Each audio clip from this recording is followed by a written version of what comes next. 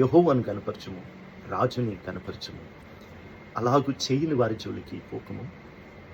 వారికి ఆపద హఠాత్తుగా తటస్థించిన వారి కాలం ఎప్పుడు ముగిచినో ఎవరికి తెలియదు.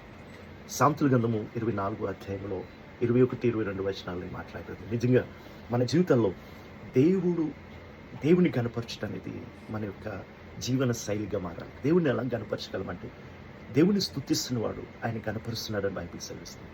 దేవునికి ఇచ్చేవాడు ఆయన కనపరుస్తున్నాడని సెలవిస్తుంది. Not only money, time, right, ఆ యొక్క ఆయన నియమించిన ఈ సబ్బాతుని, లేకపోతే దేవుడు నియమించిన ఆ యొక్క ఆరాధన క్రమము, అట్టి విధంగా ప్రతి సండే దేవుణ్ణి ఆరాధించాలి, దేవుణ్ణి కనపరచాలి. దేవుని దినమిది, దేవుని యందు ఆనందిస్తాను. ఎవరైతే నిర్ణయాలు తీసుకుంటారో దేవుని కనపరచు వారితో మనం ఉండాలని బైబిల్ సెలవిస్తుంది. రైట్, ఎవరైతే దేవుని కనపరిచి దేవుడు నియమించిన రైట్ లీడర్షిప్ని, రైట్ అధికారుల్ని కనపరిచి అటు విధంగా జీవించమని దేవుని వాక్యం సెలవిస్తుంది. అలా చేయని వారి జోలికి వెళ్ళొద్దని బైబిల్ సెలవిస్తుంది.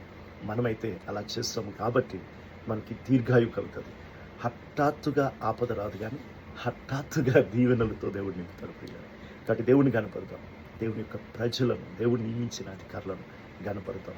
అడుగుతాం మందికి దేవుడి నామానికి మహిమ కలిగినాక, don't miss this Sunday to worship the lord, to praise him, to honour him. Amen.